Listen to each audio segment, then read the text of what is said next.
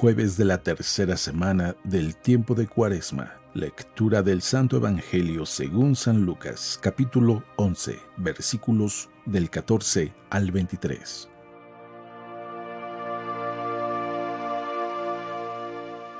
En aquel tiempo, Jesús expulsó a un demonio que era mudo. Apenas salió el demonio, habló el mudo y la multitud quedó maravillada.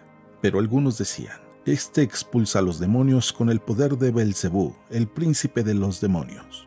Otros, para ponerlo a prueba, le pedían una señal milagrosa. Pero Jesús, que conocía sus malas intenciones, les dijo: Todo reino dividido por luchas internas va a la ruina y se derrumba casa por casa. Si Satanás también está dividido contra sí mismo, ¿cómo mantendrá su reino? Ustedes dicen que yo arrojo a los demonios con el poder de Belcebú. Entonces, con el poder de quien los arrojan los hijos de ustedes. Por eso ellos mismos serán sus jueces. Pero si yo arrojo a los demonios por el poder de Dios, eso significa que ha llegado a ustedes el reino de Dios. Cuando un hombre fuerte y bien armado guarda su palacio, sus bienes están seguros. Pero si otro más fuerte lo asalta y lo vence, entonces le quita las armas en que confiaba y después dispone de sus bienes. El que no está conmigo está contra mí, y el que no recoge conmigo desparrama. Palabra del Señor.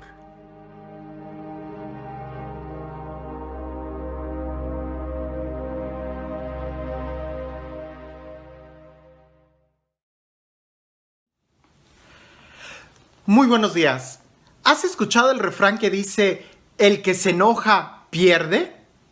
Pues pareciese que en el Evangelio eso es lo que podemos escuchar, porque vemos a los fariseos que cuando ven que Jesús hace algo muy bueno, que hace un exorcismo, que Jesús es capaz de expulsar el mal de alguien, los fariseos que están viendo allá se enojan y empiezan a decir cosas que no tienen sentido. Empiezan a decir: si Jesús expulsa a los demonios, es por el poder de Belcebú, el príncipe de los demonios. No tiene sentido esa clase de frases o sentencias. El mismo Jesús lo explica: cómo un reino va a estar dividido contra sí mismo. Cómo el mismo Satanás va a pelear contra él mismo. Eso no va a suceder. Si un reino está dividido contra sí mismo, se desbarata, se destruye. Si algo podemos nosotros aprender del mismo demonio, de los demonios, es de que trabajan en unidad para provocar la división en nosotros. Suena raro, pero la estrategia del demonio es precisamente esa: divide y vencerás. El mismo Lucifer, los mismos demonios, trabajan en unidad para que nosotros los cristianos nos podamos dividir, y entonces sí, ahí es donde nos va a poder derrotar. Una vez escuché una reflexión muy fuerte, me dejó pensando mucho, porque esta reflexión hablaba sobre la unidad y citaba cómo Jesús, incluso en la cruz, ninguno de sus huesos fue quebrado, porque así estaba escrito, ¿verdad? Que no iban a romper el cuerpo de Jesús, lo iban a lastimar mucho, pero no lo iban a romper. Ningún hueso se iba a quebrar, así estaba escrito. El demonio no pudo quebrarle ni un hueso a Jesús. Y resulta que San Pablo nos dice que nosotros somos el cuerpo místico de Jesús. Y pareciese que nosotros, con nuestras actitudes, sí estamos rompiendo el cuerpo de Jesús. Lo que el demonio no pudo hacer en la cruz, parece que nosotros con muchas actitudes estamos destajando el cuerpo de Jesús cuando hablamos mal del hermano, cuando lo criticamos, cuando lo excomulgamos, cuando con nuestro propio testimonio dejamos mucho que desear. San Pablo lo dice: no tenemos nosotros que sentirnos menos. La mano no se siente menos porque no es un ojo, y el ojo no se siente menos porque no es pie, sino que todos los miembros del cuerpo, en la diversidad de cada uno, trabaja en unidad. Así también nosotros en el cuerpo de Cristo. Cada uno tiene un lugar diferente. Pero parece que cuando nos enojamos, perdemos. porque no sabemos lo que decimos. Y pensando, por ejemplo, en la unidad, cuando vemos que un hermano comete un error, ciertamente hay que ir y corregirlo, pero la forma en cómo lo vamos a corregir es con nuestro propio testimonio, esforzándonos nosotros por dar el testimonio de la importancia de la oración, de la importancia de la fraternidad, de la importancia de lo que tú quisieras señalar. Si no, corremos el riesgo de ver la espiga en el ojo ajeno y no darnos cuenta de la viga que tenemos en el nuestro. En otro momento he compartido esta reflexión, que en aquellos tiempos cuando la iglesia se distinguía por vivir en mucha opulencia, encontramos a dos personajes, a Martín Lutero y a San Francisco de Asís, que los dos de una u otra forma vieron el error en el que se estaba viviendo en aquel entonces. Y Martín Lutero, enojado, lo que hizo fue señalar el error de los demás y publicar en la catedral las sentencias y su crítica y querer reformar con mucho coraje. Lo único que hizo fue ir fragmentando el cuerpo de Cristo. Lo único que hizo fue de que él provocó un cisma, y de ese cisma se ha fragmentado tanto el cristianismo a tal grado que entre las iglesias cristianas no hay. El pastor se pelea con el que está enfrente y con el que está atrás, y si no les gusta van y abren otro changarro como si fuera ¿qué? Como si la palabra de Jesús de que todos sean uno no fuera escuchada. En cambio vemos el otro testimonio, San Francisco de Asís, que quizás él vio lo mismo que Lutero estaba viendo, pero la forma en cómo San Francisco quiso aportar su ayuda a la iglesia no fue señalando el error y la desnudez de su hermano, sino más bien él mostrando con su vida, con su testimonio, la importancia de la pobreza, la importancia de la fidelidad a Dios. El que se enoja pierde. Cuando nosotros nos enojamos, no sabemos lo que estamos diciendo. Incluso cuando nosotros nos enojamos, nos dividimos por dentro, porque hablamos más rápido de lo que pensamos sin tomar en cuenta nuestras emociones, nuestro corazón. Y a veces decimos cosas que no queríamos decir. ¿Por qué? Porque cuando te enojas, te divides por dentro, y cuando un reino está dividido, no puede subsistir.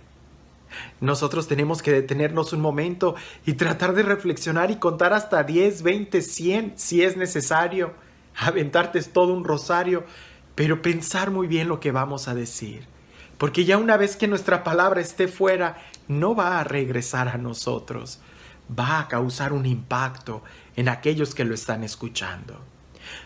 Sí, ciertamente, no somos ciegos. Si vemos que el hermano tiene un error, demos testimonio, seamos luz. Pero si lo que queremos es ir y corregir y denunciar y sacar la espada y tratar de... Ten cuidado. Lo que podemos hacer es herir más. Que ahora sí que, como dicen, la medicina resultó peor. El remedio resultó peor que la misma enfermedad. No.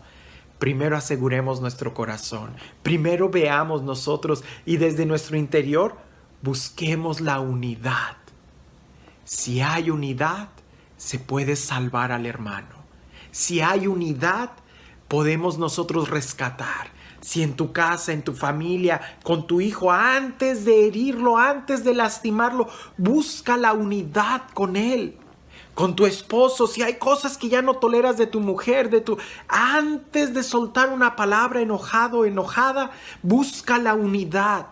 Porque si hay unidad, se puede salvar. Pero en el momento en que tú te sales, o en el momento en que corres a esa persona, o la lastimas de que sale huyendo, va a ser muy difícil que se pueda sanar una herida de ese tipo. Va a ser muy difícil que se busque la unidad cuando el miembro ya ha sido cortado. Jesús nos da el testimonio cuando Él mismo ora pidiendo, Padre, que sean uno como tú y yo somos uno. ¿Para qué? Para que el mundo crea. A veces nosotros pretendemos evangelizar señalando la culpa de los demás, pero nadie nos va a creer así. Jesús lo dijo. ¿O acaso Él es mentiroso? La forma en cómo debemos de evangelizar es buscando la unidad. Y la unidad no es uniformidad, la unidad es cuando somos capaces de respetarnos. La unidad es cuando somos capaces de amarnos, de estar en comunión con Él. Es interesante, cuando tú te enojas, pierdes.